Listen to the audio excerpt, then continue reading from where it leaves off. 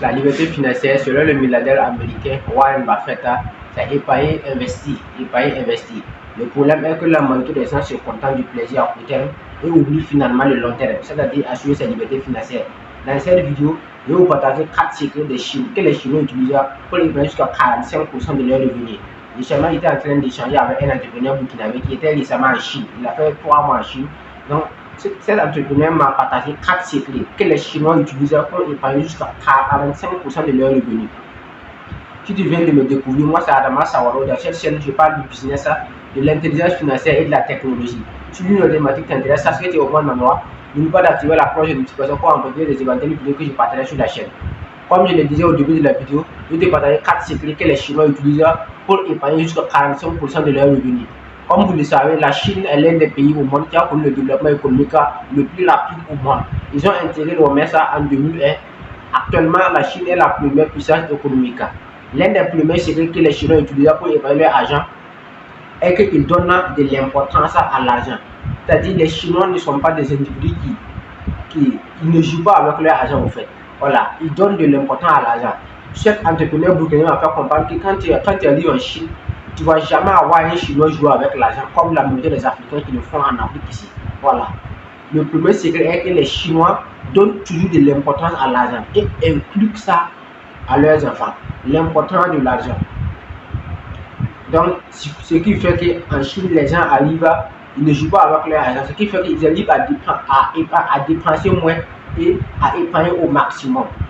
Le deuxième secret que les Chinois utilisent pour épargner jusqu'à 45% de leurs revenus est que la Chine évite l'endettement au maximum de leur population. Comme vous le savez, depuis 1970, le gouvernement chinois a voté une nouvelle loi interdisant à la population chinoise d'enfanter plus d'un enfant. C'est-à-dire que si tu es une femme qui va faire plus d'un enfant, une enfant plutôt. Parce que, comme vous le savez, actuellement la Chine vaut plus de 1,6 milliard d'habitants. Mais cette loi a été appliquée depuis 1977. C'est pour réduire même au maximum la croissance démographique de la population. La croissance démographique de la population, ce qui fait qu'en Chine, puisque plus tu ne peux pas faire beaucoup d'enfants, plus les dépenses sont réduites. Donc, ce qui fait que la population ne prend pas beaucoup de dettes, puisqu'ils n'ont pas beaucoup de charges. C'est maximum un enfant que tu peux faire avec ta femme. Donc, comme il n'y a pas beaucoup de charges, donc ils évitent le gouvernement chinois a mis également une loi qui évite même l'endettement de la population, comme dans les pays européens ou aux États-Unis. Si tu veux acheter une maison, il faut aller t'endetter auprès de la banque pour acheter la maison. Si tu veux avoir une voiture, il faut aller endetter auprès de la banque pour acheter la voiture. C'est la même chose qui se fait en Europe, même en Afrique, c'est la même chose. Les gens passent leur temps à endetter de l'argent pour investir ça dans des plaisirs inutiles ou dans des dépenses.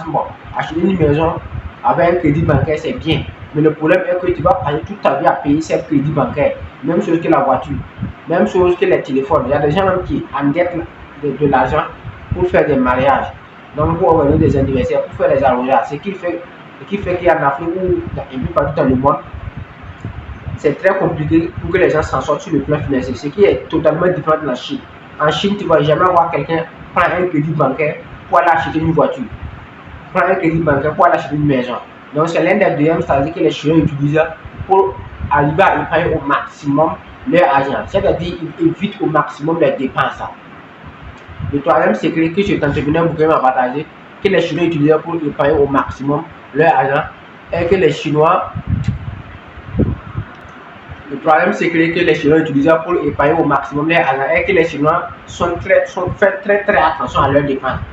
Ce gars-là m'a fait comprendre qu'un jour, lui, il est parti dans un supermarché et puis il a vu une dame chinoise. Elle était là avec son calepin. Toutes les dépenses qu'elle était venue pour faire, elle avait listé dans un calepin. Et à chaque fois qu'elle jouait ce qu'elle voulait, elle cochait. À chaque fois qu'elle jouait ce qu'elle voulait, elle cochait. Donc, cette stratégie l'a fait penser beaucoup. Pourquoi cette dame vient avec un calepin où dans le calepin, elle a noté tous ses dépenses? Ça veut dire que les Chinois, ils sont extrêmement rigoureux avec leur argent. Ils ne dépensent pas au hasard. Tout est budgétisé, tout est planifié. Alors pourtant, en Amérique ou certains pays européens, ou voire même en Afrique, les gens ne font pas ça. Tu vas voir quelqu'un, il va aller dans un supermarché, il ne sait même pas avec tout son argent. Pas tout son argent, mais il ne sait même pas exactement ce qu'il est venu pour acheter. Ce qui fait que, avec le branding des supermarchés, Voilà, les objets ou bien les marchandises sont tellement disposées pour pouvoir que tu achètes au maximum.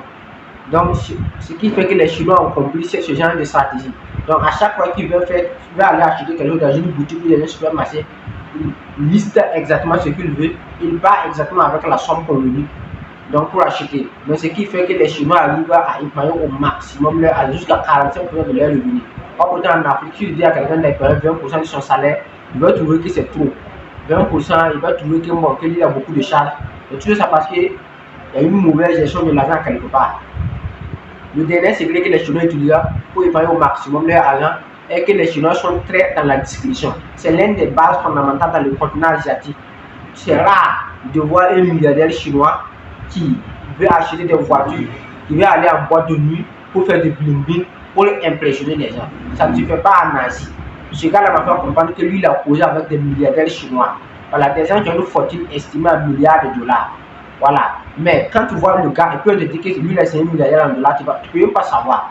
Puisque les Chinois sont extrêmement dans la discrétion. Voilà, c'est pourquoi tu ne peux pas voir un Chinois comme ça, puis croire que celui-là, c'est un homme qui a multimillionnaire, tu ne peux pas savoir.